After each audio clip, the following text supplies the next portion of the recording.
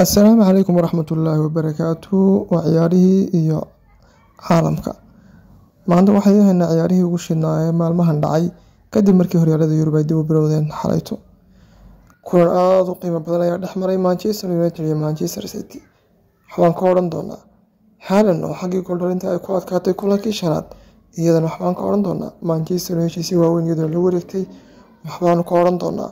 ciyaarahaas iyo inta fara badan iyo horyaalka Premier League oo bilaabmaya iyagana waxaan ka oran doonaa dhaawacyo iyo heshiisyo kale iyo arrimo badan oo suuqa kale iibsiga ku saabsan iyagana waan ku hadli doonaa idinku ku soo dhawaada asxaabta qaaliga waxaan ku codsanaynaa inaad subscribe like share follow inta baad nala gaadhaan isku soo noqod wanaagsan asxaabteeda qaaliga kulankii Manchester United iyo Manchester City ku dhexmaray Wembley Stadium kulankaas oo ahaa Community Shield kadib markii ciyaar xaraarad leh oo aad u qurux badan ay dhexmartay Manchester Derby Manchester City ayaa rigoryaal ku soo baxday kadib kulan aad u qurux badan oo ay kulanka intiisa badan Manchester United fursadaha qaaliga ay heshay kana faa'iideysan weyday ilaa ay haddana Manchester United dulduleelada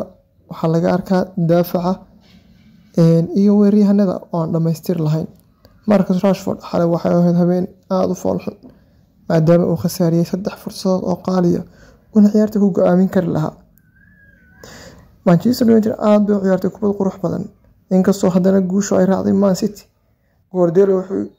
ka hadlay kulanka wuxuu yiri si fiican uma ciyaarin qaybkaanu doonaynaa umaanu dheerin laakiin Manchester way naga fiicnayd way naga dadar fiicnaayeen laakiin waan ku guuleysanay ugu dambeyn kulankii halka Ten Hag isagana laga hayo inaan cashar ka qaadano kulankaas inuu ahaanasa dhalinyaradii iyo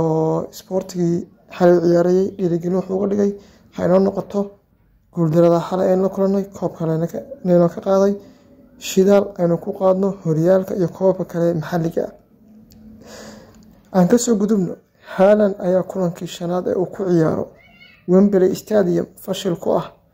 maadaama uu sameyn kari waayo wax caawina iyo wax gool ah ayna u dheertay hatta wax bartilmaameeda uu ku guuldareystay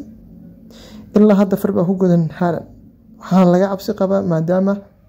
horyaalku uu bilow yahay in ay culays ku noqoto Man City oo lumisay Julian Alvarez oo ahaa xidig bedel u ah Haaland waan arki doonaa waxa ka dhaca Man City iyadoo aad looga baqsan yahay in ay xil ciyaareedka dambe waxyaabo badan iska bedelaan sidii horena aan looga filayn inkastoo ay kooxda ugu quwada weyn Premier League mar walba loo saadaaliyo inay qaadaan koob walba oo Premier League iyo ku saleysan Yurub haddana aad baa loogu baqayaa Man City Manchester United bayaduna dhankeeda kale waxay la soo wareegtay Matthias de Ligt iyo Nasru Marsawi oo ah laba daafac oo ciyaara Bayern Munich daafac dhexe iyo daafac dambeedka midig min de Ligt oo ay ka soo bixisay 45 milyan iyo 5 milyan oo ay ku bixinayso qaab ciyaareedkiisa halka ay Nasrawina ka soo bixisay 15 milyan iyo 2 milyan oo ku xidhnaanaya qaab ciyaareedkiisa labada xidig marka la isku daro qaab qiimahooda waxay isku gaareen 70 milyan Manchester baa la arkaya maalmahan inay heshiisyo aad u qaaliya ay dhamaystirayso ayna ku dhamaystirayso qiimaha ugu macquulsan awal hore ragii u joogay suuqa indhayaasha oo ahaa agaasimayaashu waxay soo qaadan jireen laacibiin aad qiimahooda u sareeyo fashil ku noqon jiray markay Manchester United yimaadaan laakiin hadda waxaan aragnaa iyagoo qaadanaya heshiisyada munaasabka ah heshiiska lagu yiraahdo aad buu qaali u yahay way ka laabanayaan way iskaga tagayaan hadda waxay ku daba jiraan laacib khad dhexe oo burburiye ah maadaama ay u baahan yihiin aadna ugu xiiso qabaan burburiye iyadoo aad loola xiriirinayo Ugarte oo PSG jooga inkastoo ay PSG ku adkeynayso qiimo aad u qaaliya dalbanayso haddana aad u raadinaysaa Sumemendi oo ciyaara Real Sociedad isaguna waa 60 milyan isagana way ka fiirsanayaan waa bedelada ay u dhaqaaqi karaan iyo Berge oo ciyaara Burnley waa bedelada ay rajeynayso iyadoo haddana la soo saaray inay dib ugu laabatay laacibkii ay aad u raadin jirtay markuu Erik ten Hag imaanay Frankie de Jong oo isagana aad loola xiriirinayo heshiisyadaas aad baa loola xiriirinayaa Manchester United dhanka kale Chelsea waxa ka dhaawacmay Reece James weli lama shaacin xilliga uu maqnaan doono laakiin waxaa la sheegay inuu dhaawac yahay. dhanka kale kulamo aad u qiimo badan baa laga ciyaari doonaa horyaalada Yurub. kulamadaas waa kulamo saaxiibtinimo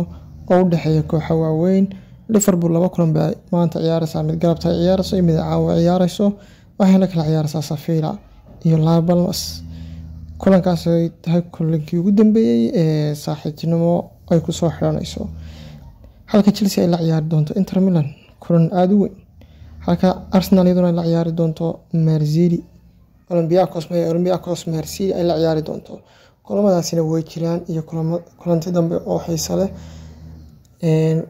daawasho la socon doono horyaalka isagu Turkiga isagana kulamo kamid ah la ciyaaraya.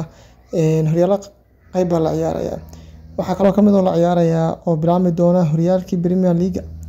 maalinka Jimcaha soo socota ayuu furmi doonaa. waxaan lagu furi doonaa Manchester United iyo Fulham, kulan aad u xiiso leh, halkaas ay kulamada ugu horeeyaan wada ciyaari doonaan maalinka Axadda Chelsea iyo Liverpool. asxaabta qaaliga waxaan ku codsanaynaa inaad barnaamijka ciyaaraha like-ta, share-ta, commentiga, subscribe-ta